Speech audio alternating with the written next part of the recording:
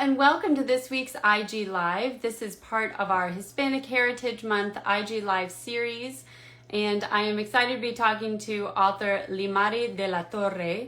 We're going to be talking about her children's book, a theme that you will notice in our Hispanic Heritage Month IG Live series, hello, is that all of the books that we're featuring, all the authors we're featuring have something to do with climate change as well. So these are books that have to do with finding eco-friendly ways of doing things that we love, which is what we're book is talking about, the love between grandparents and children, which as we know is so special. Hold on just a minute while I get Lymari on here oh, there she is. Hello. Hi. So good to see you. Thank you for joining us. I know you're coming off of a busy day of teaching, so I yes. appreciate you taking the time to talk with us. Thank you. Thank you for inviting me. This is exciting. Yeah, well, it's exciting for us. We're so glad to have you here. And thank you. Why don't we jump right on in and you can tell us, introduce yourself and tell us about what was your journey to becoming an author? Well, I think it started being a teacher,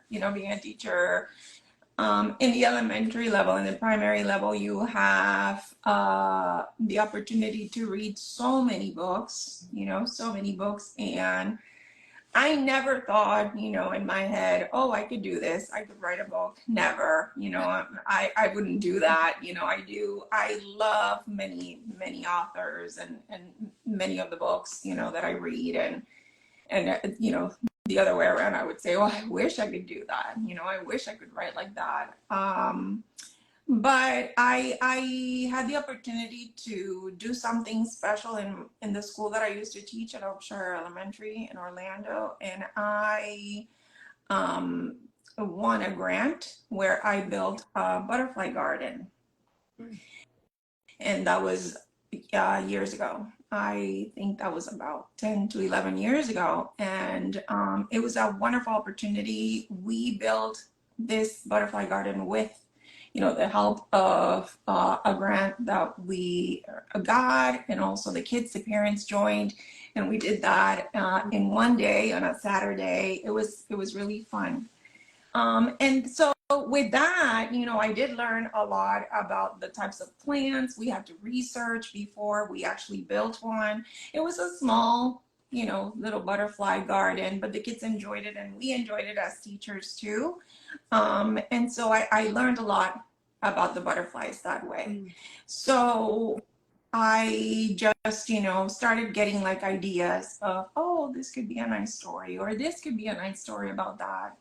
And so that's kind of how it began. I didn't do anything until I think the pandemic is where everybody started having like their creative juices, I guess. I don't know.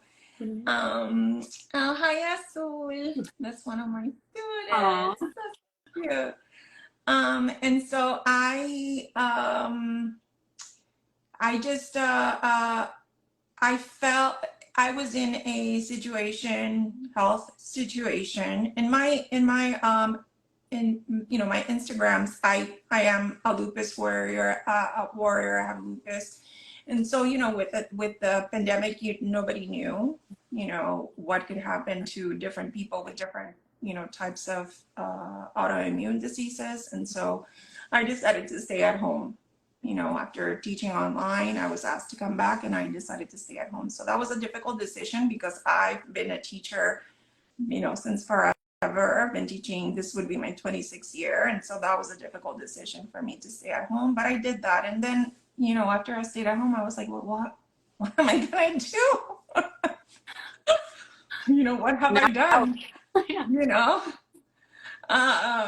And so I had these ideas, and the social media has been very good for me, I guess, where this is where I learned a lot of the things about being an independent author, an indie author. I had no idea what that meant. And I started following Yobi Q. She's a great author collaborator and everything. She, I learned a lot from her. And And she just, being in that group, I learned so much from other authors and this world that I didn't even know existed. And the ideas that I had of having this beautiful book, come to life came from that. That was my kind of like my beginnings of it.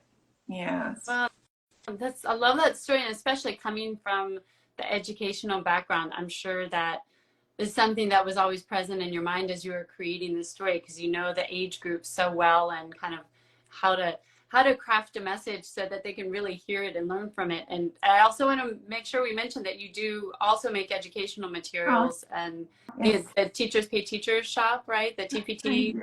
And I do. Yes. Thank you. Yes. yes, Uh-huh. people can go to actually, I don't remember, what is the name of your TPT shop? Can you So remind us?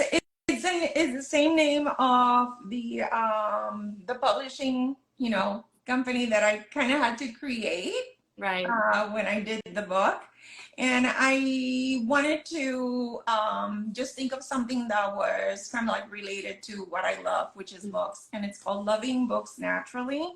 Mm-hmm. And so that's what the Teachers Pay Teacher store is called. And also, the publishing company of my book, Beautiful. basically. I love that, the name. Yeah. No, thank you. It was, I had to come up with something. So it took a lot for me to come up with that I'm one. sure that's a hard one, especially once you land on a name, it's hard to change once you have it. So you always, a lot of thought goes into that. But then tell Exactly. us about this book.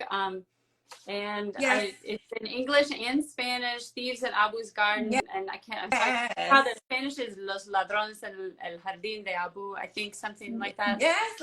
Yeah. Jardín de Abu. Mhm. So then I thought about that book and the title. I don't know. I guess the title came first, like really truly came first, because I thought about the insects in the garden and how these insects, some of the insects that are damaging to some plants, become kind of thieves. And so, oops, I gave it away. So, Spoiler, yeah.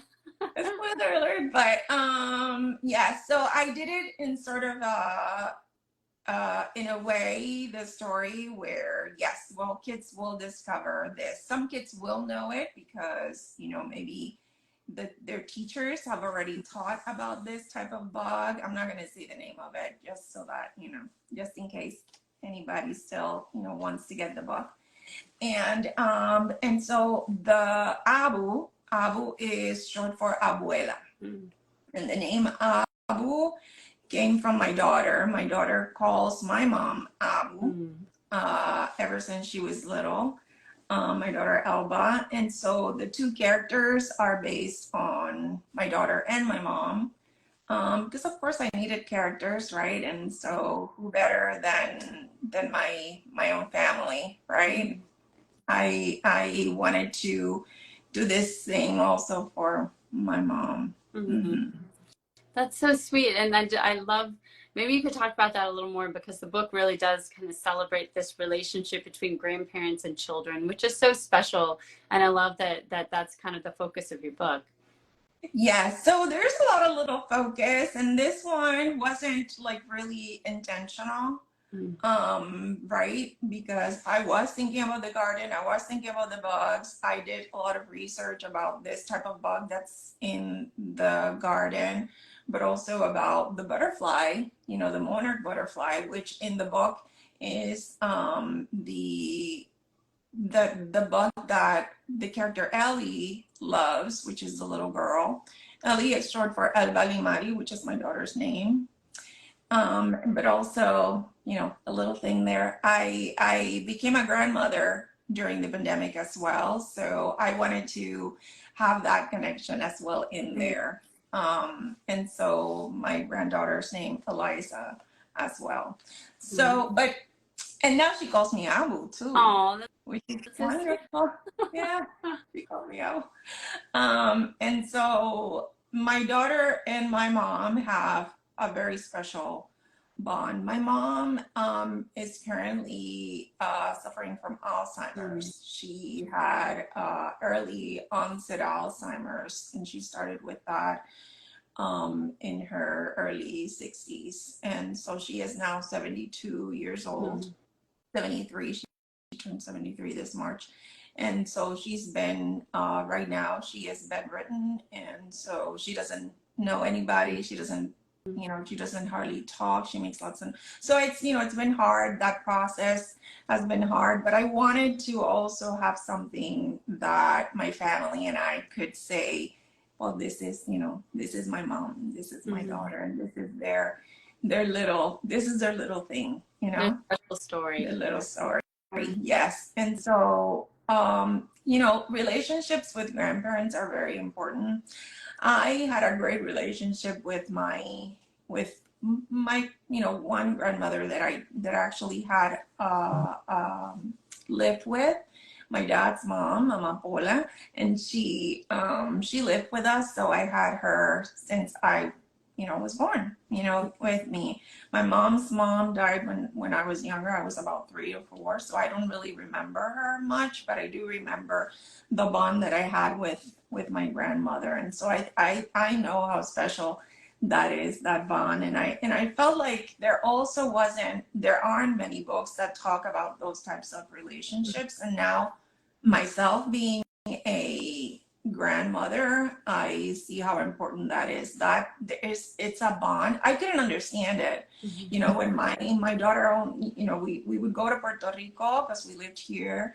We would go to Puerto Rico. My daughter only wanted to be with my mom. And I was like, well, but we have to go visit other people. But I want to be with Abu. And so it was like this connection that I didn't I wasn't jealous. I was actually, so happy, and that was happening because we weren't living close to in Puerto Rico. So then I love that my daughter felt that way, and still does. And I know it's very hard for her, that my mom now is the way that she is, and she would have loved seeing her daughter, my daughter's daughter, her great granddaughter, and all these things. But we still have her. She's still there, and we still love her and take good care of her. That she's with caregivers there that do a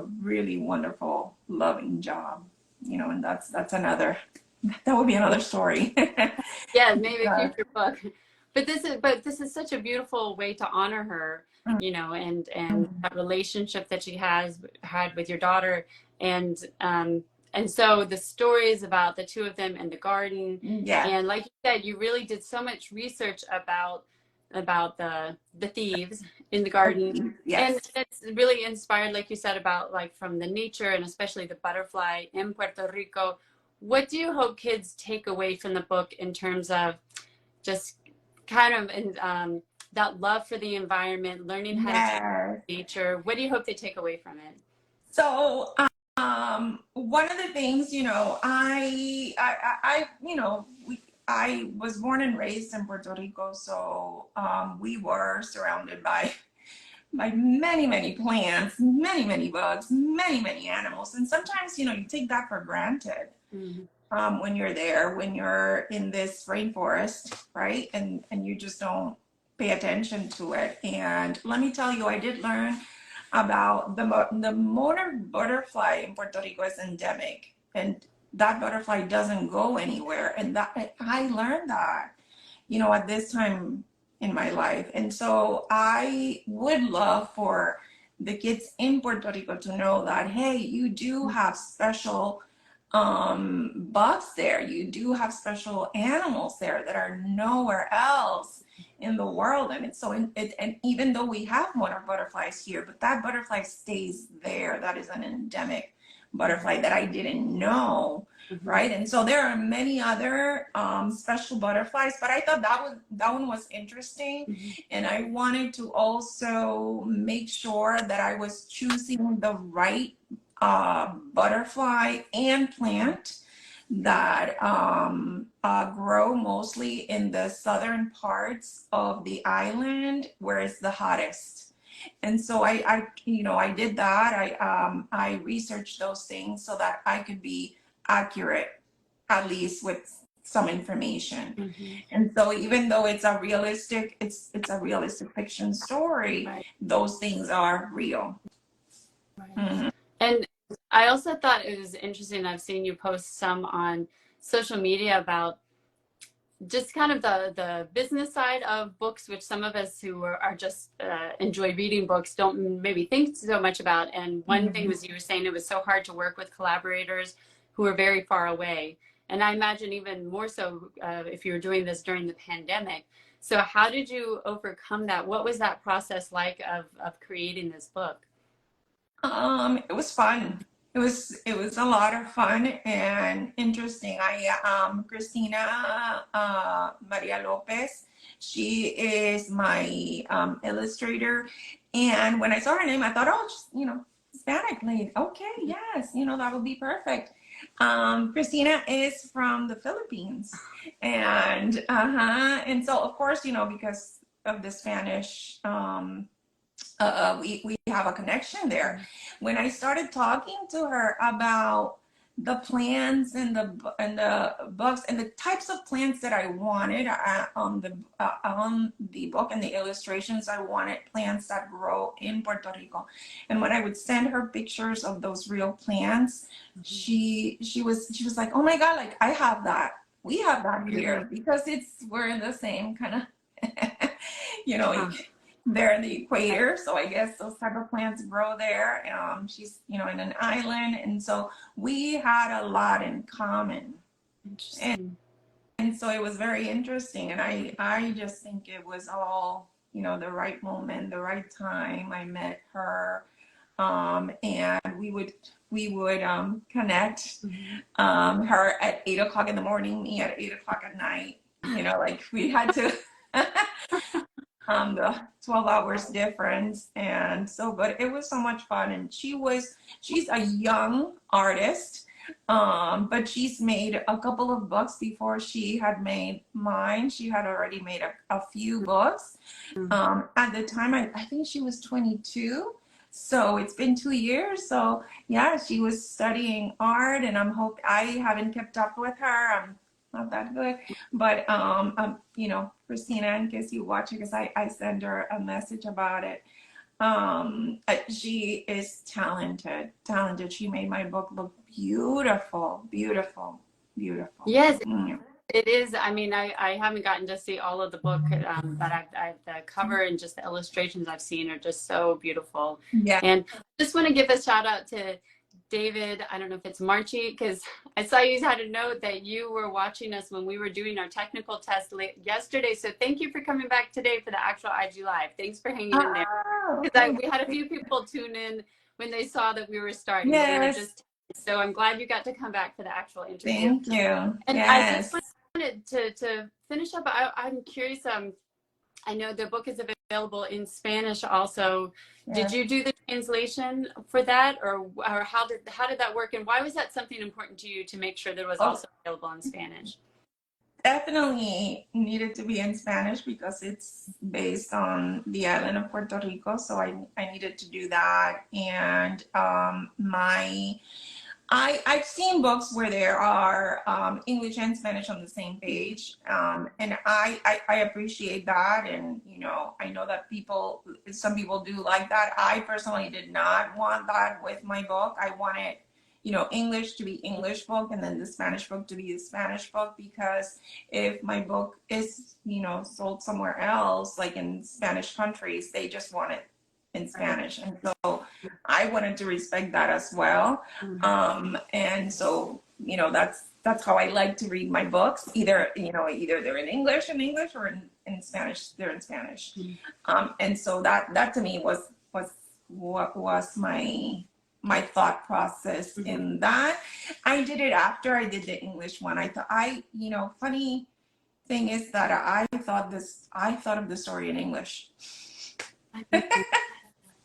Well, you've been here I time, teach right? in English, right? I Right. teach to the kids in English and to Mhm. my first graders. And I thought, right now I'm a kindergarten teacher for the first time ever, but it's been a challenge. But yes. And so, but my first graders, I wanted also a book where they could read it. And so I thought about the level, the lexic, um, the lexia of the level of the books. Mhm. I wanted to make sure that my students could read it, Mhm. not just the parents read it to them, but that they could read it themselves as well. And Mhm. so I made sure that the words that I was using were appropriate for them, for that level. I love that. I love that you were writing it with them in mind, and that's just another advantage of having a teacher writing the book, that you already know that. I've talked to other authors that they Yeah. really have to research that to see, okay, what is the right vocabulary for this age level, and you already know it, which is wonderful. Do you think that you'll be writing another book? Do you have one in the works? I would love to. I would love to. I actually, you know, I do have a lot of other ideas that I would love to do.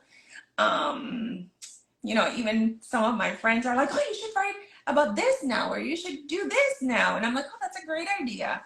Um, but it's time consuming. Right.